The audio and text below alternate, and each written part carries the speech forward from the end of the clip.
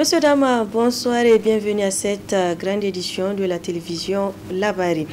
La Chine est confrontée depuis quelques semaines par une épidémie de coronavirus.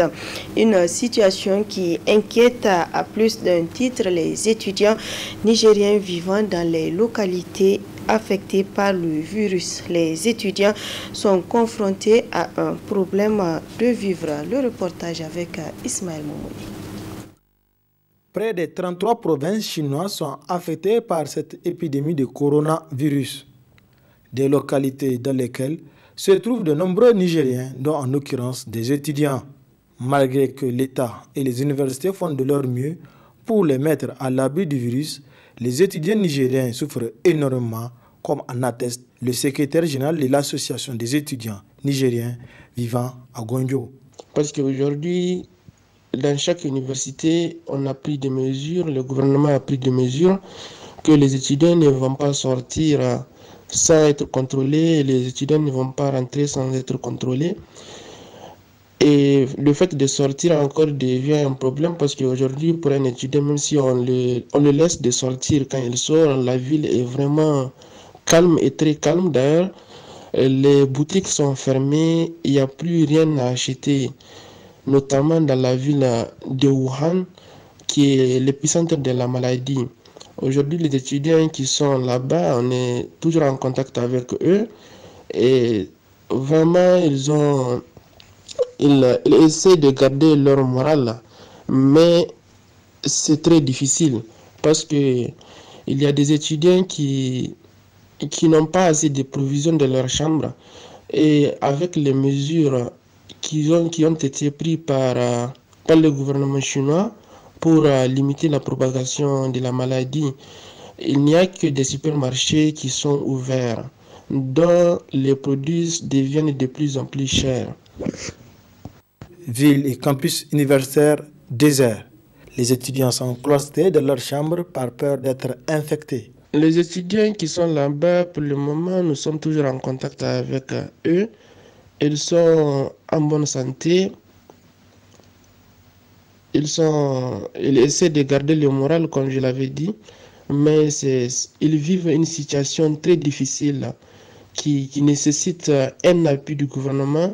Et nous avons déjà adressé une correspondance à travers la sous-section de Wuhan. À travers la sous-section de Wuhan, nous avons adressé une correspondance à l'ambassade dont nous sommes toujours en attente de la réponse.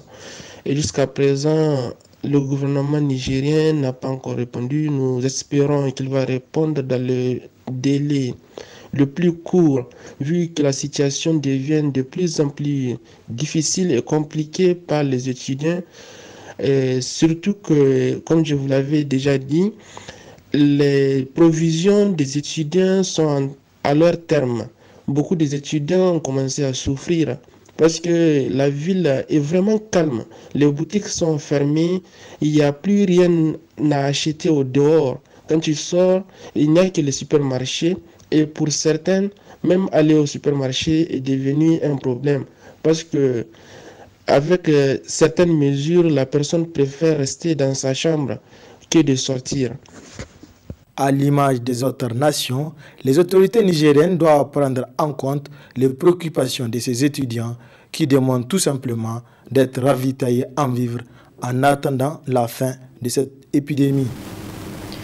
Le comité des ressortissants de Tillabéri mis en place pour se pencher sur la situation socio-sécuritaire de leur région après l'interdiction de leur première assemblée générale le 18 janvier dernier à Diadosékou se sont vus encore une fois interdits les locaux du CCOG le dimanche 2 février 2020. Une persistance a empêché au comité de tenir ses assises que ne comprend pas son coordonnateur Amadou Harouna Maïga, que je vous propose de suivre. Quelle ne fut notre surprise le samedi soir à 23h, je n'enlève même pas une seconde dedans, à 23h, les responsables du CCOG m'appellent pour me notifier que notre activité ne pourra pas se tenir le dimanche. J'ai eu personnellement le directeur pour lui demander des explications. Il dit vraiment, il y a des choses, bon, enfin, il a reçu des instructions, il ne peut pas dire plus. J'ai dit, est-ce que vous vous rendez compte des désagréments que vous nous avez causés? Parce que si c'était dans la journée, on pourrait trouver un autre endroit en échange de celui-là. Mais vous attendez pour nous faire mal, 23 heures pour nous signifier le refus. À leur portail, toutes les installations vont être fermées, même les jeunes qui font du taekwondo et tout le monde. Donc ils ont fermé. Mais qu'à cela ne tienne, nous sommes rendus là-bas dimanche matin. Les gens sont venus et nous avons lu la déclaration en plein air au CCOG hier. Pour que l'opinion nationale et internationale comprenne le positionnement des pouvoirs. Une première fois, on nous a empêchés. Une deuxième fois, on nous a empêchés, mais bon sang. Tillabéri, c'est une région comme toutes les autres. Et ce que nous voulons dire aux gens, c'est une réalité. Nous n'inventons pas. Tout le monde sait aujourd'hui. Les soldats qui meurent dans la région de Tillabéri, les paisibles citoyens, les chefs coutumiers qui ont abandonné leur village, des paisibles citoyens qui meurent à tout bout de champ. C'est ça, nous voulons donner l'information aux populations de la région de Tillabéri pour qu'ils comprennent et qu'on se lève comme un seul homme pour essayer de trouver des solutions qu'on va proposer au gouvernement, bien sûr, parce que nous n'avons pas d'armes, nous n'avons pas d'argent, nous avons la force des propositions et les propositions, il faut les faire au gouvernement qui, sans doute, va les examiner, prendre celles qu'il estime bonnes et rejeter les autres. Voilà, ni plus ni moins. Notre mouvement n'a aucun caractère politique, aucun caractère religieux, aucun caractère ethnique. On dit la région de Tillabéri qui, comme on le sait, s'étend de Tillabéri à Tera, à Torodi, à Saï, à Kolo, à Filengue, à Walam. Partout. Donc nous n'excluons personne. C'est la région de Tillabéri. C'est au nom de la région de Tillabéri. Et c'est par rapport à l'insécurité. Rien d'autre. Mais maintenant, au lieu même qu'on nous dise voilà des gens qui peuvent apporter des contributions à l'État, on nous empêche tout simplement. Eh bien ça n'a fait que nous réconforter. Et Inch'Allah, nous sommes déterminés, nous allons continuer. Parce que c'est nous qui vivons ça dans notre âme et notre chair. S'il y a des gens qui dorment, et très malheureusement, je n'ai pas de preuves, mais j'ai comme l'impression qu'il y a même des gens de la région de Tillabéri qui sont en train de saboter cette affaire. Mais c'est leur affaire. L'appel que nous lançons, il faut que les gens prennent conscience. Nous ne le faisons pas contre quelqu'un, mais c'est pour nous-mêmes et pour aider les gouvernants, n'est-ce pas, pour qu'ils sachent ce qui est en train de se passer. Voilà l'appel que nous lançons. Il faut que les gens se départissent de certains comportements. Même si tu es ministre, même si tu es député, tu viens de quelque part. Donc il faut essayer de faire en sorte que la paix, la sécurité, la calmie reviennent dans cette zone pour que les gens puissent vivre en symbiose et que le développement puisse continuer. L'Association nigérienne pour la défense des droits de l'homme, ANDDH, a renouvelé son bureau exécutif national. C'est Sita Adamou qui a pris la place du professeur Jibril Abarchi après 6 ans de gestion. Le reportage avec Hassan Saleh Mustafa et Sadou Doumi. C'est cette nouvelle équipe avec à sa tête Sita Adamou qui prend désormais la commande de l'Association nigérienne pour la défense des droits de l'homme ANDDH. Une équipe qui vient aux affaires à une période où l'association vit des moments difficiles. De Bilma à Ayarou, tous ces délégués-là ont payé de leur poche pour venir assister à ce congrès. Nous n'avons jamais eu ce genre d'organisation de congrès, n'eût été ce congrès-là. Heureusement, vous avez vu ce qui s'est passé. L'ANDDH est une organisation démocratique. Nous avons, dans un premier temps, passé ici à l'alternance, parce que c'était une vraie alternance qui a eu lieu ici. 43 voix contre 9, 2 abstentions sur 52 votants. Donc c'est pratiquement un plébiscite. Nous sommes là pour redonner à l'image, ça c'est notre mission, redonner à l'ANDDH sa mission d'antan. L'ANDDH était dans toutes les luttes démocratiques, dans toutes les luttes de restauration de la démocratie ici au Niger. On ne peut pas laisser un tel joyau s'ébranler de cette manière. C'est pour ça que les délégués au Congrès, au 9e Congrès, se sont ressaisis. Et on dit non à cette marche-là. Il faudrait que nous prenions une nouvelle marche pour donner à l'ANDDH la mission qu'elle a toujours jouée au Niger. Tant au Niger qu'en Afrique, qu'à l'international. Le président de ce nouveau bureau exécutif de l'ANDDH qui se veut rassembleur tend la main à tous les acteurs dans le souci de redonner une nouvelle image et une nouvelle vision à la structure. Nous n'allons jamais faillir à la mission de l'ANDDH. Notre ligne est connue de tout le monde. Nous allons continuer sur cette ligne-là et je vous assure que les droits, partout où ils seront violés, seront mis sur la table et nous le dirons avec les preuves à l'appui. Puisque la différence de l'ANDDH avec les autres organisations, c'est que nous investiguons à la base. L'ANDDH, sa sens, c'est d'être présente dans tous les arrondissements. Je souhaiterais que tous nos anciens cadres, tous les cadres de l'ANDDH que vous avez connus, tous les anciens cadres, nous allons travailler avec eux, les rappeler pour que nous travaillions ensemble. Nous allons lancer nos appels et rencontrer également les partenaires pour que nous puissions travailler avec les partenaires. Même aujourd'hui, je pense que ce qui se passe, ils n'attendent que cet événement-là qui est arrivé. Aujourd'hui même, nous avons plus de 4 à 5 bailleurs qui tapent déjà à la porte de la NDDH. La NDDH a renouvelé son bureau exécutif national pour un mandat de 3 ans au terme des travaux du 9e congrès ordinaire qui se sont déroulés le 1er février 2020. L'association des blogueurs pour une citoyenneté active, ABCA, poursuit sa campagne de sensibilisation dénommée e-campagne à l'attention des jeunes et des femmes.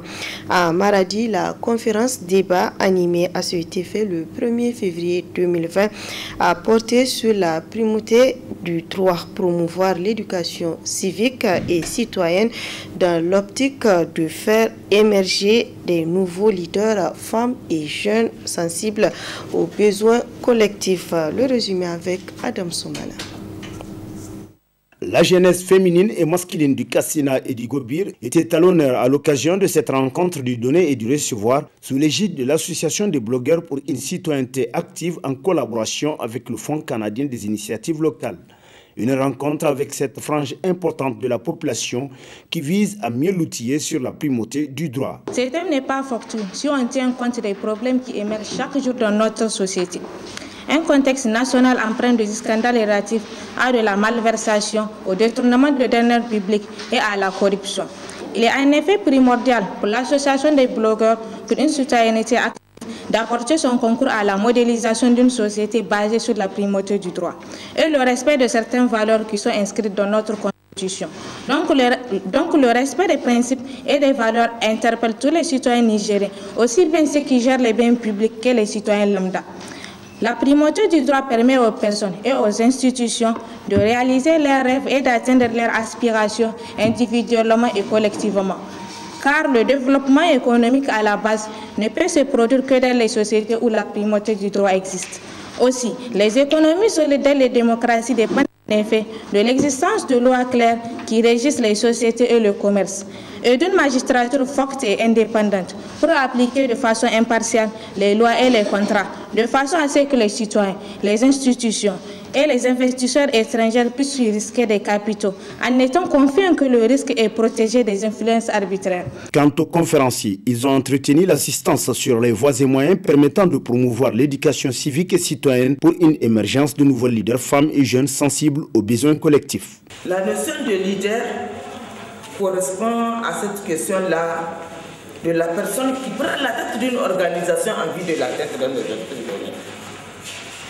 Quand on veut prendre la tête d'une organisation, on doit savoir quel est l'objectif premier de cette organisation-là, parce qu'on doit œuvrer pour l'atteinte de cet objectif-là de l'organisation. Je décris un peu quelques types de leaders pour que les gens se situent un peu ici, peut-être qu'ils se regardent à travers ce type de leader-là. Quel type de leader je suis actuellement? La primauté du droit est un principe constitutionnel prépondérant selon lequel la loi s'applique aussi bien au gouvernement qu'à tous les fonctionnaires publics qui doivent répondre de leurs actes devant les cours et tribunaux. C'est aussi un principe voulant que personne ne peut se soustraire aux lois, quel que soit son pouvoir, car aucun pouvoir n'est au-dessus de la loi. La Constitution de la République du Niger, à son article 8, dispose: la République du Niger est un État de droit. Elle assure à tous l'égalité devant la loi, sans distinction des sexes, d'origine sociale, raciale, ethnique ou religieuse. Elle respecte et protège toutes les croyances. Aucune religion, aucune croyance ne peut s'arroger le pouvoir politique, ni s'immiscer dans les affaires de l'État.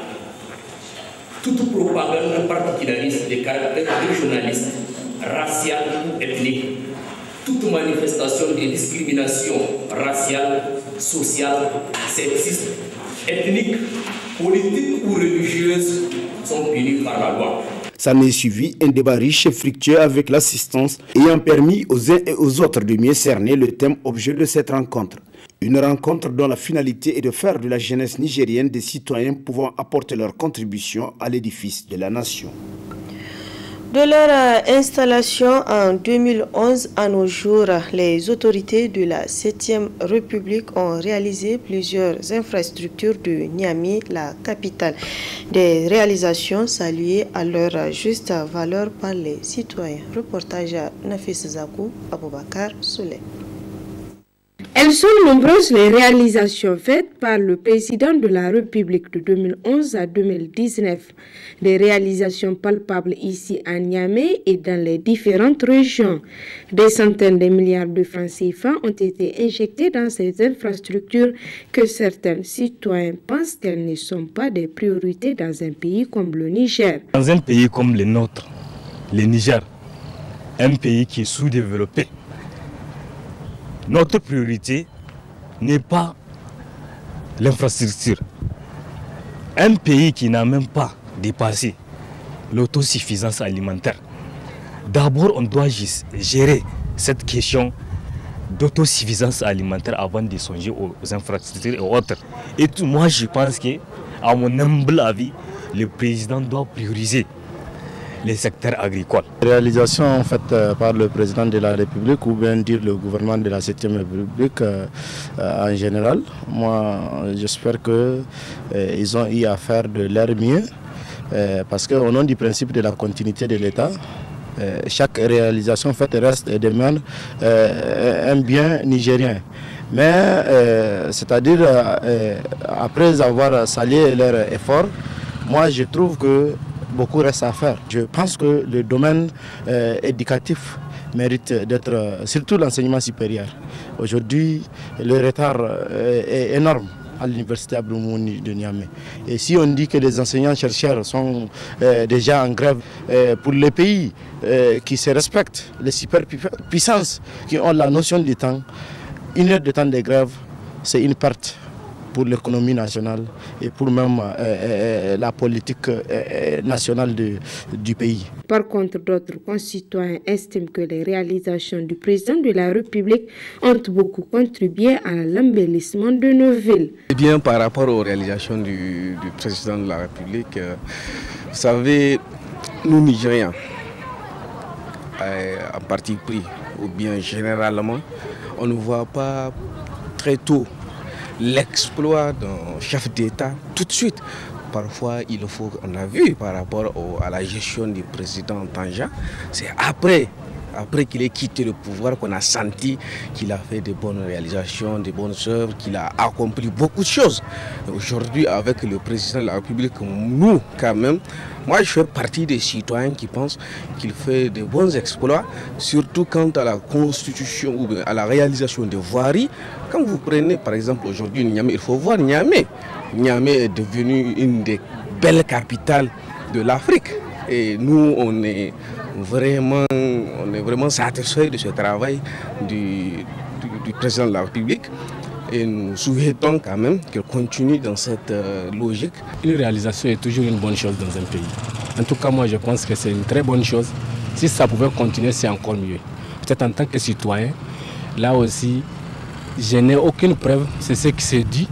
Les gens pensent que certaines réalisations sont un peu surfacturées. Donc ça, je m'en garde, je ne l'ai pas dit, je ne sais pas. Mais par rapport à la réalisation, je trouve que c'est une bonne chose. L'un dans l'autre, le président de la République doit songer à investir beaucoup plus dans d'autres domaines ayant trait à l'amélioration des conditions de vie des Nigériens. Voilà, messieurs, dames, ainsi se referme cette édition. Merci à vous de l'avoir suivi et restez fidèles en compagnie des programmes de la télévision Labari.